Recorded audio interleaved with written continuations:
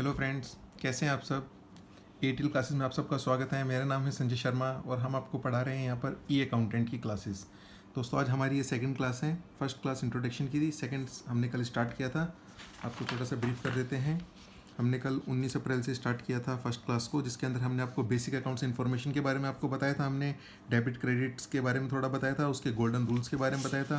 फिर एक हल्की सी बिजनेस ट्रांजेक्शन को समझाने के लिए एक केस स्टडी हमने आपको दी थी, और फिर गोल्डन रूल्स के सहायता से हमने उसका सोल्यूशन किया था। ठीक है, उम्मीद है आप सब ने गोल्डन रूल्स को समझ लिया होगा, क्योंकि मैंने आपको कल बताया था the golden rules are the most important factors. कुछ लोगों का कहना था कि भाई गोल्डन रूल्स के बारे में थोड़ा सा और बता देते हैं, तो मैंने आपको बताया कि गोल्डन रूल्स जो हैं उनको 3 कैटेगरी में जो बांटा गया है, उनके कुछ नाम भी दिए होते हैं। वैसे इनकी कोई खास जरूरत नहीं होती, लेकिन फिर भी मैं आपको बता देता हूँ कि जो debit what comes in, credit what goes out, हम बात कर रहे होते हैं यहाँ पर रियल अकाउंट के बारे में। और जो रिसीवर एंड गिवर के बारे में बात होती है तो उसे हम पर्सनल अकाउंट के बारे में बोल रहे होते हैं। और एक्सपेंस एंड लॉस के बारे में बात होती है तो उसको हम नॉमिनल अकाउंट की संज्ञा देते हैं। ठीक है, तो मैंने आपको कल समझाया था कि इन गोल्डन रूल्स का समझना बहुत ज़रूरी है। इनके बिना आप किसी ट्रांजेक्शन को नहीं कर पाएंगे, हमेशा आपको दिक्कत आएंगी, बार बार आपको दिक्कत आएंगी। तो this are the most factor. अगर ये नहीं समझ सकते तो हम आगे कहीं भी नहीं जा सकते। इसीलिए दोस्तों, मैं आपको एक छोटा सा उदाहरण और दूंगा कि आप जब भी अपनी लाइफ में कहीं भी, अपने पर्सनल लाइफ में आप कहीं जा रहे हैं, अगर आप ये कोर्स सीखना चाहते हैं तो ध्यान से सुने मेरी बात को। जब भी आप कहीं जा रहे हैं, आप किसी भी बिजनेस ट्रांजेक्शन को होते हुए देखें। फॉर एग्जांपल, आपने देखा कि भाई एक रेडी वाला सामान लेके जा रहा है, तो दोनों के बुक्स में क्या इफेक्ट होगा, उस एंट्री को करके देखो इनकी सहायता से। अगर आपने देखा कि भाई एक दुकानदार एक सामान दे रहा है तो क्या होगा, आप दुकान वाले के पास गए, आपने कोई सामान खरीदा, तो आपकी बुक्स में क्या होगा और उसकी बुक्स में क्या होगा, क्योंकि दोनों अलग बिजनेस पर्सन हो गए ना। एज्यूम करके चलो, क्योंकि आप इनकी सहायता से किसी भी ट्रांजेक्शन की अकाउंटिंग कर सकते हो। तो ये एक बहुत बड़ा फैक्टर है अकाउंट्स की ट्रांजैक्शन को समझने के लिए, क्योंकि जब तक आप खुद नहीं समझोगे तब तक कोई भी आपको नहीं समझा सकता। ठीक है, मेरी ये क्लासेस देना और आपका यहाँ क्लासेस लेना सब वेस्ट हो जाएगा। इसीलिए आपको चाहिए कि आप पर्सनली इन सब को समझो। आप दुकान पे सामान लेने गए, आपने देखा कि भाई मैं सामान लेके आया हूँ, तो गुड्स परचेज, कैश गिवन, हमने कैश दिया, ठीक है ना, कैश गोज आउट हो गया। दुकानदार की बुक्स में क्या होगा कि सेल हुई है तो माल बिका और पैसा आया, तो debit, cash receive, credit, sale. ठीक है ना। तो इस तरीके से आप इन ट्रांजेक्शन्स को समझते रहिए, ये आपको बहुत हेल्पफुल करेंगी। ठीक है, और ज़्यादा टाइम वेस्ट ना करते हुए हम आगे चलते हैं और आज हम टॉपिक पढ़ेंगे। ये मैं अपने कुछ टॉपिक्स हैं जिनको मैंने कुछ शॉर्ट में लिखा हुआ है, बाकी टॉपिक्स तो लंबे चलते रहेंगे अपनी क्लास के दौरान।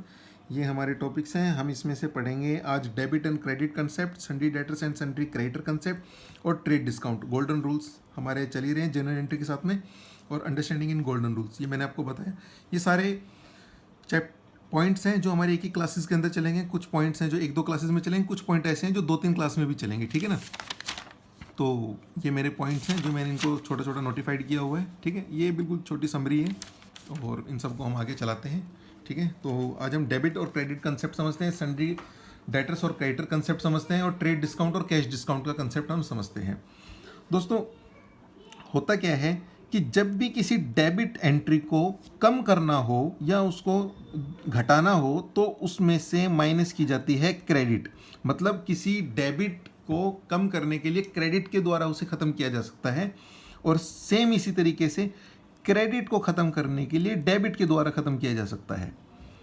समझाता हूँ अपनी बात को उदाहरण से। अगर आपसे कोई सामान लेके गया है उधार, ठीक है ना, आपसे अगर कोई उधार सामान लेके गया है, ठीक है, तो वो आपका डेटर है, और जब आपके पास उससे पैसा आ जाएगा तो आप उसको एंट्री के दौरान क्रेडिट कर दोगे, credit the giver.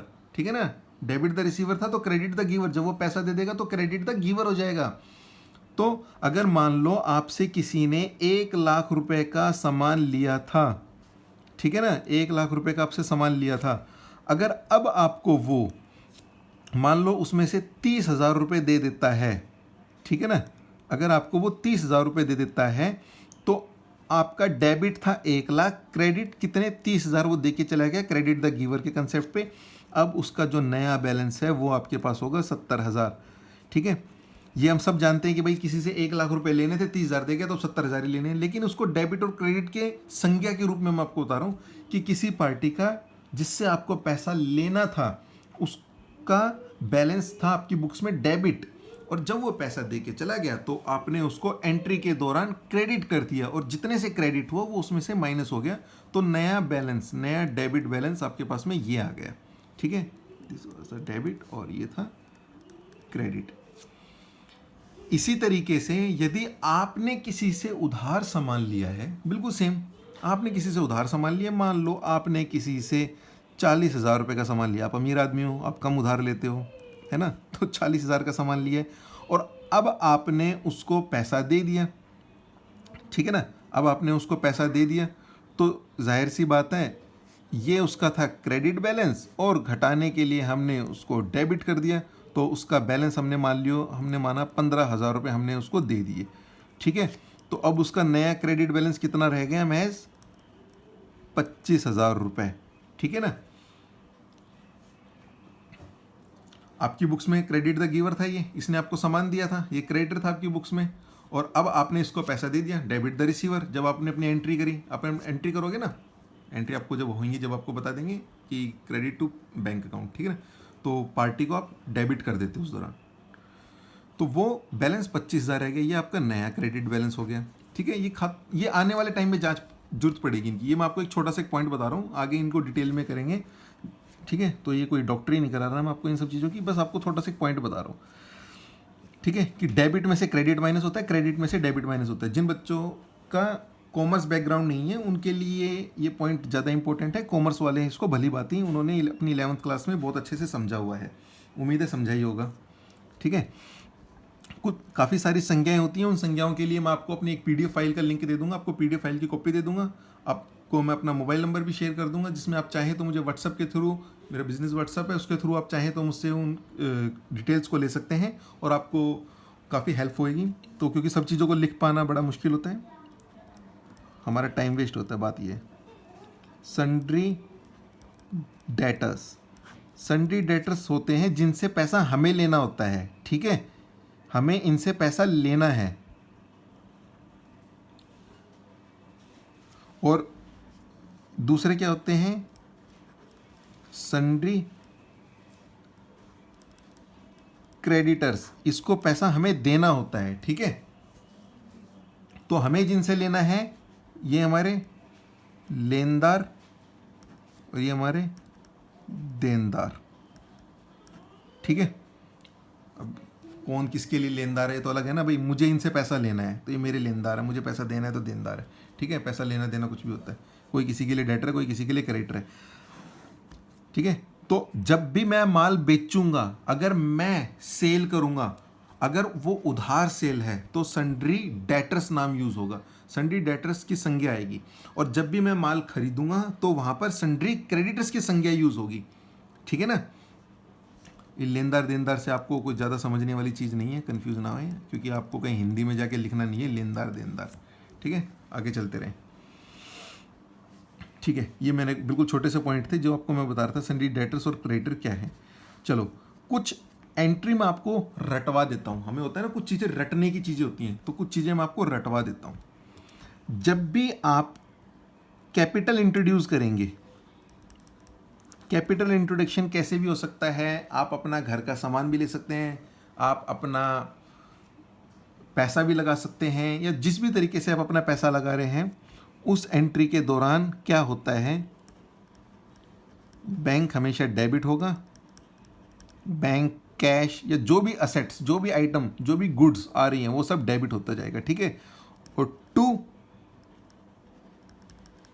Capital account credit, क्योंकि मैंने आपको कल बताया था कि जो बिजनेस होता है और ऑनर होता है वो दोनों अलग होते हैं। हम बात सारी ट्रांजैक्शन बिजनेस के अंदर कर रहे होते हैं, ऑनर हमारी एक लाइबिलिटी है।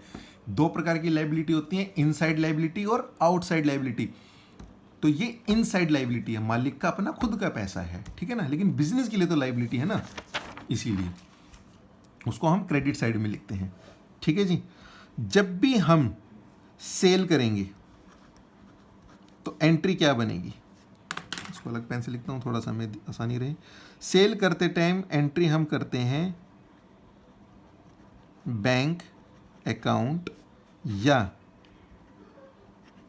Sundry debtors. अगर नगद है तो ये, और उधार है तो ये। डेबिट टू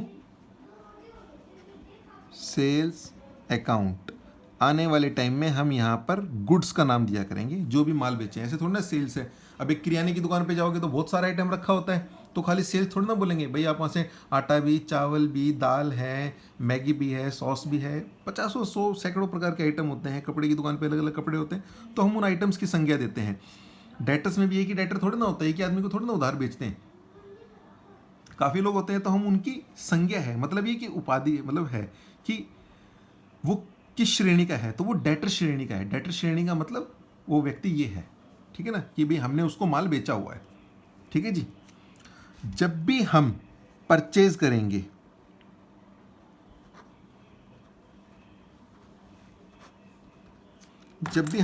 करेंगे, तो एंट्री क्या होगी हमारी,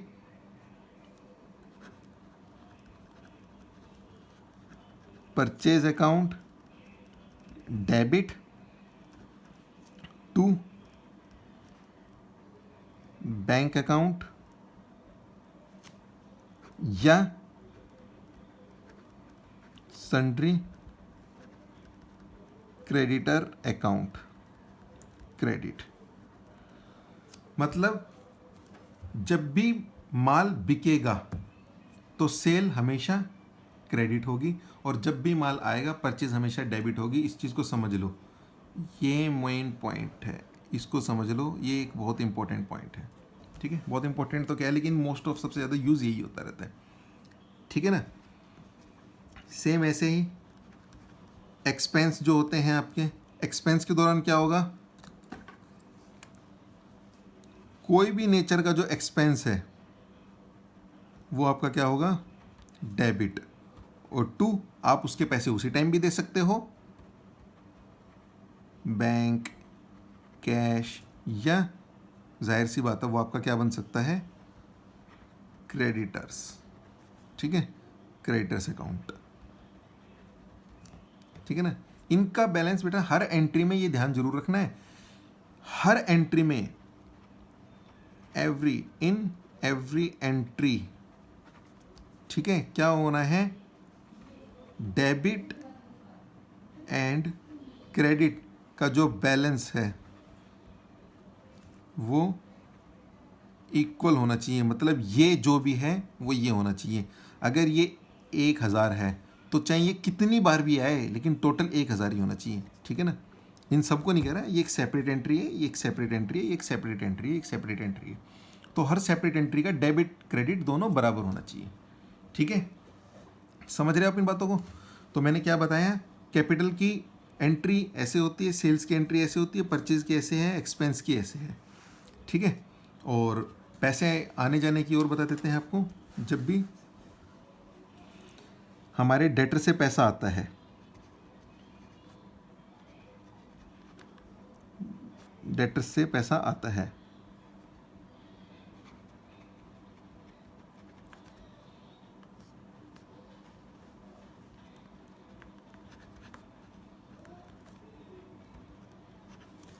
तो हमारी एंट्री क्या बनेगी उस केस में,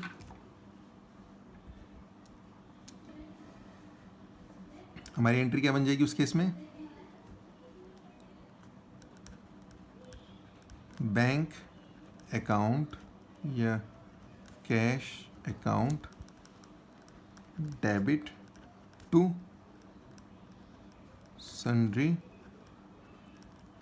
डेटर्स अकाउंट क्रेडिट। देख रहे हैं, जब माल बेचा था तो डेटर डेबिट हुआ था, और जब उससे पैसा आया तो डेटर्स क्रेडिट हुआ। यही मैंने समझाया था, डेबिट माइनस क्रेडिट, 1,00,000 माइनस 30,000 तो 70,000।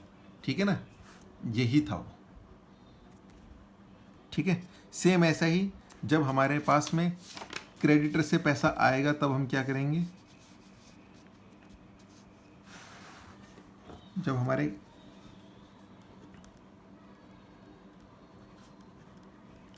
अमाउंट पेड टू, जब हम क्रेडिटर को पैसा देंगे तब हम क्या करेंगे, तो sundry creditors account debit to bank account या कैश अकाउंट। ठीक है, तो जब हमने माल खरीदा था तब क्रेडिटर क्या हुआ था, क्रेडिट हुआ था, और जब उस क्रेडिटर को हमने पैसा दे दिया तो वो क्रेडिटर क्या हो गया, डेबिट। तो सेम मैंने आपको समझाया था कि क्रेडिट माइनस डेबिट, समझे आप। जब हमने माल बेचा तो क्रेडिटर क्रेडिट हुआ था, और जब हमने उस क्रेडिटर को पैसा दे दिया तो क्रेडिटर डेबिट हो गया। ठीक है, कोई दिक्कत तो नहीं है समझने में। ठीक है, तो अब हम कह सकते हैं कि हमने डेबिट और क्रेडिट का कंसेप्ट हमने समझ लिया, और सन्ड्री डेटर्स और क्रेडिटर को समझ लिया कि क्या होते हैं। ये मैं इसलिए बता रहा हूँ कि आने वाले टाइम में हमारे काफ़ी यूज़ होने वाली हैं ये चीज़ें। ठीक है, ठीक है, तो एक क्वेश्चन करें अब, जिसके अंदर हम ये कहेंगे कि हमने उधार पैसा ले दे रहे हैं। अभी हमने पिछले क्वेश्चन जो हमने किया था उसके अंदर हमने नगद का किया था ना। इस क्वेश्चन में मिस्टर अशोक वाला जो क्वेश्चन था उसके अंदर हम सब नगद कर रहे थे। ठीक है, तो एक उधार वाला क्वेश्चन करते हैं। हम एक उधार क्वेश्चन करते हैं। हम किसी भी कंपनी के आगे मैसर्स लिखते हैं। ठीक है, ठीक है, जैसे हम श्रीमान श्रीमती लिखते हैं ना, ऐसे मैसर्स होता है, प्रीफिक्स हैं ये। Messrs Mohan and company purchase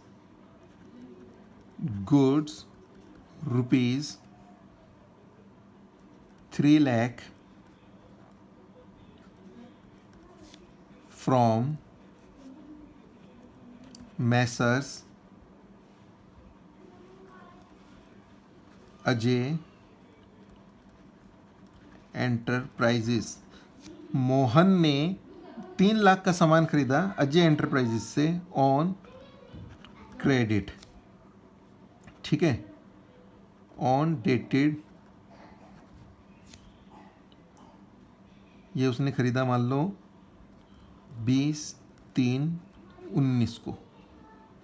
ठीक है, and messrs Mohan pay to messrs Ajay ₹2,70,000 on dated 27/3/19 को। ठीक है, ये एंट्री हुई। Further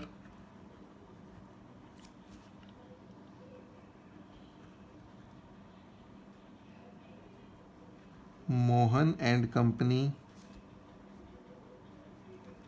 sold goods to messrs Pawan bags. ठीक है, पवन बैग्स को वो बेचती है रुपीज़, मान लो ये बेचती है 3,50,000 का। ठीक है, हम अभी फ़िलहाल कोई स्टॉक नहीं मान रहे, हम ये नहीं कह रहे कि कोई स्टॉक था हमारे पास में, हमने पूरा माल बेच दिया। ठीक है, ऑन क्रेडिट उधार बेचती है। ठीक है, ऑन डेटेड 24/3/19 को, 24/3/19 को। ठीक है, एंड मैसर्स पवन पेड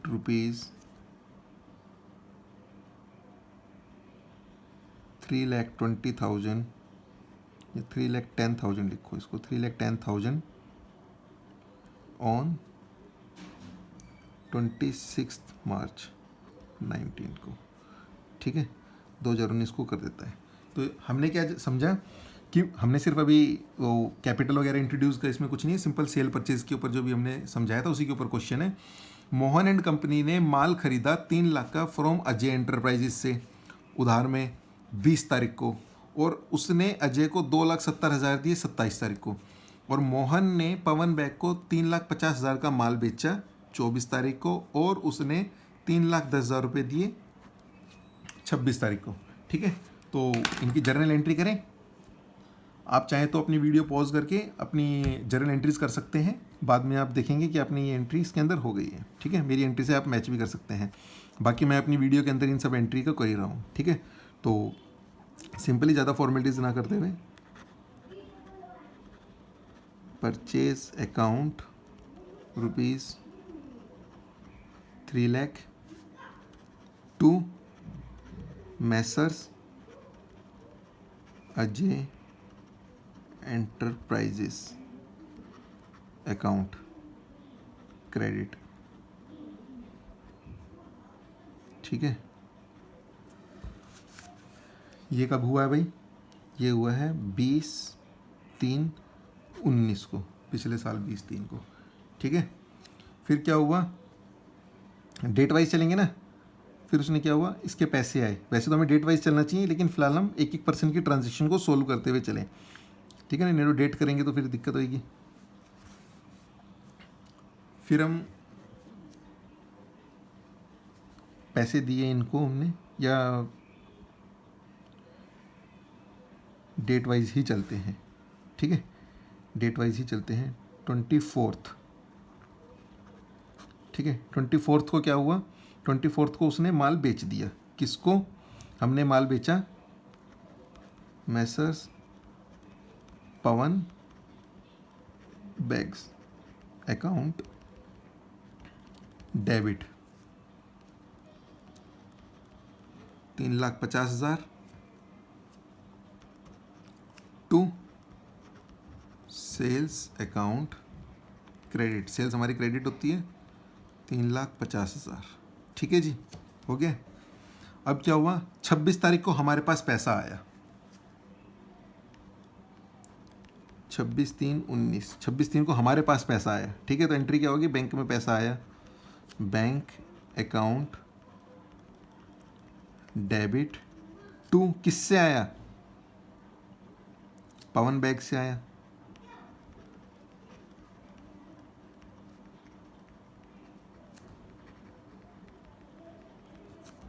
कितना आया भाई? 3,10,000। अब जब हमें पैसा पूरा नहीं आया तो हम भी नहीं देंगे पैसा पूरा। ऐसा इसलिए होता है कि कुछ खर्चे भी होते रहते हैं हमारे, ठीक है ना। तो फिर 27 तारीख को क्या ट्रांजैक्शन हुई? 27 तारीख को क्या हुआ, हमने अपने क्रेडिटर के पैसे दे दिए, ठीक है। तो हमने अपने क्रेडिटर के पैसे देंगे तो क्या होगा, अब Messrs Ajay enterprises account debit, कितना दिया था हमने?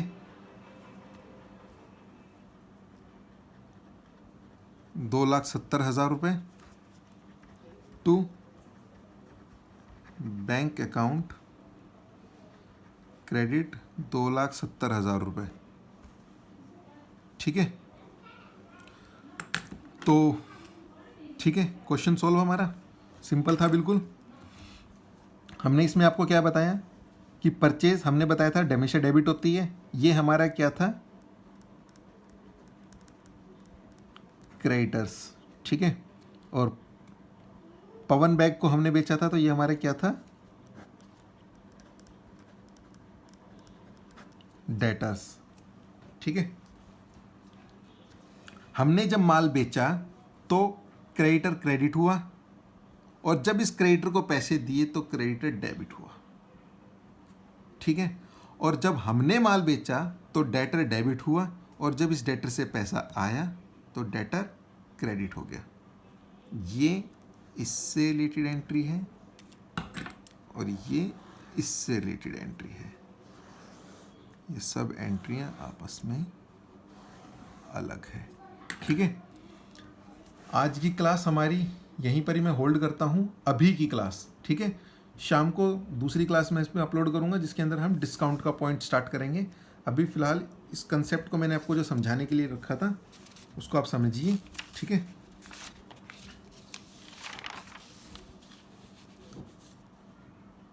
उम्मीद आप सबको समझ में आया होगा। अगर किसी को कोई दिक्कत है तो आप मेरा नंबर नोट कर सकते हैं और आप उस पर मुझे फ़ोन कर सकते हैं।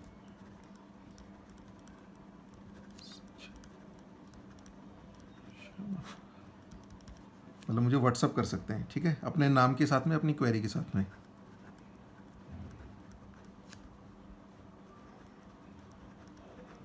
ठीक है, इस नंबर पे आप मुझे अपना व्हाट्सअप कर सकते हैं। ठीक है, कोई क्वेरी हो तो, लेकिन आगे का पूछने के लिए मत करना।